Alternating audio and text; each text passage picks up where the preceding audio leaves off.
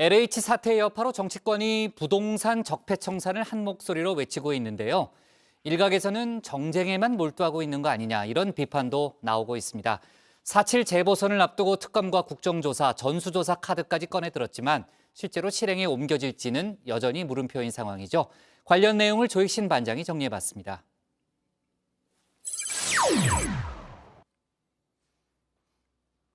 부동산 투기와의 전쟁을 선포한 문재인 대통령.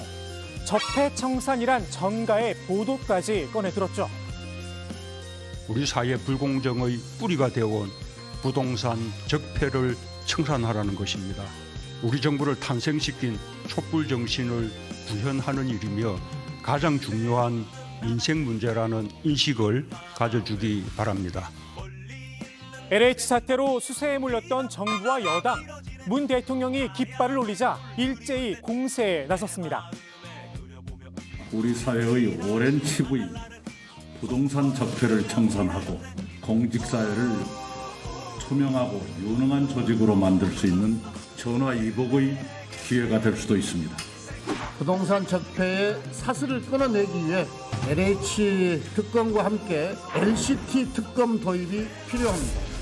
LCT는 지역 토착 부동산 비리 카르텔의 결정판입니다. 민주당이 뽑아든 특검 카드. 사실 그 칼날이 어디로 향할진 알 수 없습니다. 특히 LCT는 판도라의 상자입니다.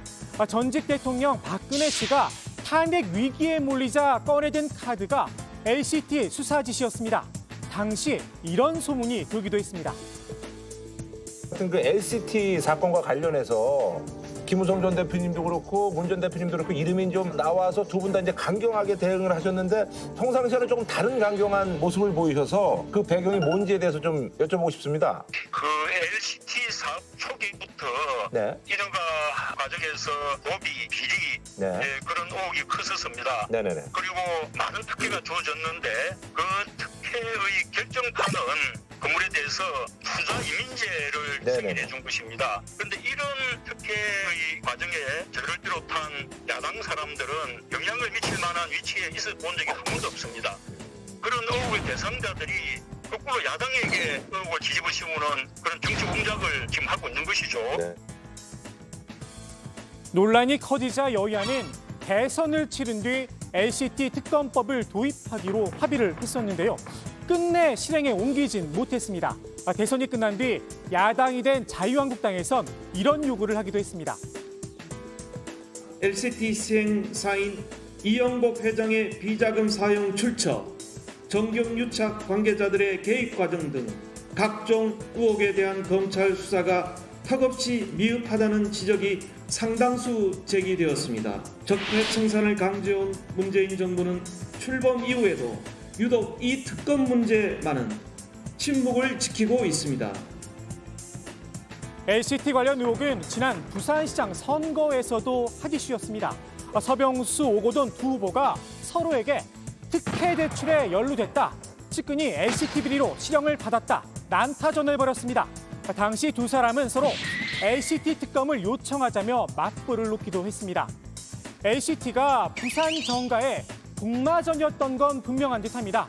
이번 부산시장 보궐선거를 앞두고도 또다시 의혹이 불거졌으니 말입니다. 민주당이 다시 꺼낸 LCT 특검, 국민의힘도 마냥 무시할 순 없었나 봅니다. 4년 전 합의하고도 사실상 거부했던 LCT 특검을 뒤늦게 들고 나왔습니다. 집권 4년 동안 LCT에 문제가 있었다면 왜 제대로 수사를 하지 않았습니까? 하자고 들면 못할 것도 없지만은 LH 사태로 국민의 분노가 치솟는 판에 여론 물타기하고 근거 없는 네거티브로 국민들의 시선을 호도하려는 민주당의 저의에 분노합니다. 국민의힘 부산시장 위원장이죠. 하태경 의원도 LCT 특검을 적극 환영한다는 입장을 밝혔습니다.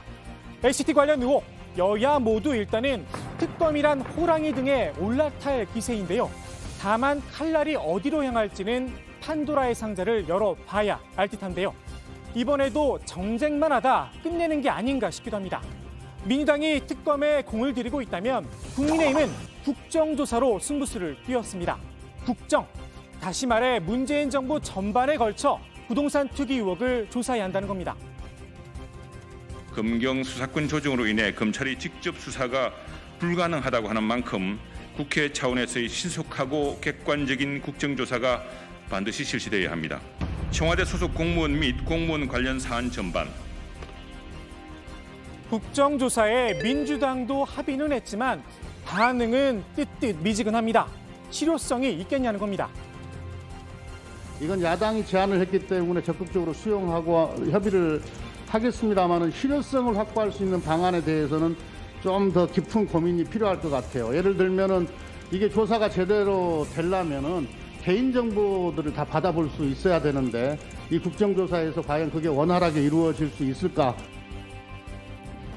여야 간의 협의 과연 제대로 이루어질까요?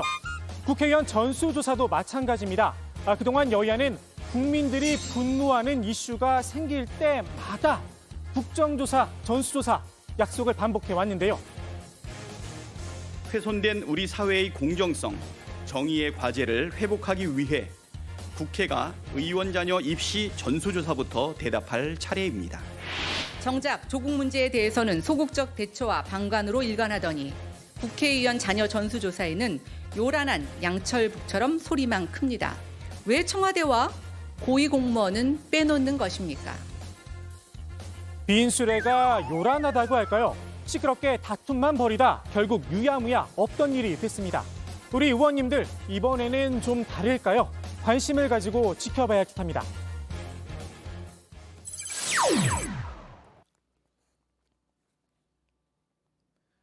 박범계 법무부 장관이 어제 임기 첫 수사 지휘권을 발동했습니다. 한명수 전 총리를 수사하던 당시 검찰 수사팀이 위증을 강요했다는 의혹이 불거졌었죠. 대검은 증거가 불충분하다며 무혐의 결론을 내렸었는데요. 대검 부장회의를 신속히 개최해 재심의를 하라 지휘를 한 겁니다. 대검이 실체 진실 발견을 위해 최선을 다했다고 보기 어렵습니다. 국민적 관심이 집중된 중요 사안임에도 그동안 계속해서 사건 조사를 담당해온 감찰부장 등의 최종 판단에 참여하지 않고 결론을 내렸다는 점에서 공정하지 못하다는 그런 비판이 제기되고 있습니다. 직접 기소를 지시한 건 아니지만 사실상 압박을 넣은 셈인데요. 박 장관은 회의 전에 꼭 의견을 들어야 하는 사람들도 구체적으로 명시를 했습니다.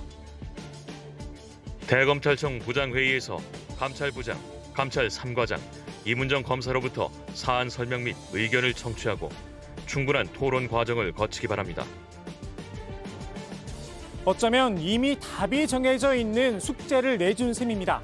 대검은 입장이 조금 난감했을 듯합니다. 이미 사건을 조사한 검사들이 무혐의 결정을 내린 상황. 그렇다고 장관의 지위에 무작정 반기를 들 수도 없는 노릇입니다. 조남관 검찰총장 직무대행, 일단 정면 충돌은 피했습니다. 대검은 합리적 의사결정 지침에 따라 공정성을 담보하고 실체적 진실을 규명하기 위해 최선을 다했다면서도 박 장관의 지적을 겸허히 수용한다는 입장을 밝혔습니다. 대검 부장회의를 신속하게 열고 한동수 감찰부장과 이문정 연구관의 의견도 청취하겠다는 겁니다. 그런데 여기에 기술을 하나 걸었습니다. 부장 검사들만의 회의로는 공정성을 담보하기 부족하다는 검찰 내 외부의 우려가 있습니다. 사건 처리 경험과 식견이 풍부하고 검찰 내 집단 지성을 대표하는 일선 고검장들을 회의에 참여하도록 하겠습니다. 이전에 무혐의 결론, 부부장 검사급 연구관들이 회의를 내놓은 거였죠. 그런데 부부장보다 직급이 높은 부장검사들만의 회의론 공정성을 담보하기 부족하다. 조금 고개가 갸웃합니다. 조대행이 말한 검찰 내 외부의 우려. 아무래도 대검 부장검사들이 친정부 성향이란 지적을 의식한 듯합니다. 그래서 내놓은 카드, 고검장들까지 회의에 참석시키겠다는 겁니다. 법조계에선 조대행이 박 장관의 지시를 따르면서도 반격의 여지를 만들었다는 분석이 나옵니다. 박 장관은 대검의 입장에 일단 수긍한다는 뜻을 밝혔습니다.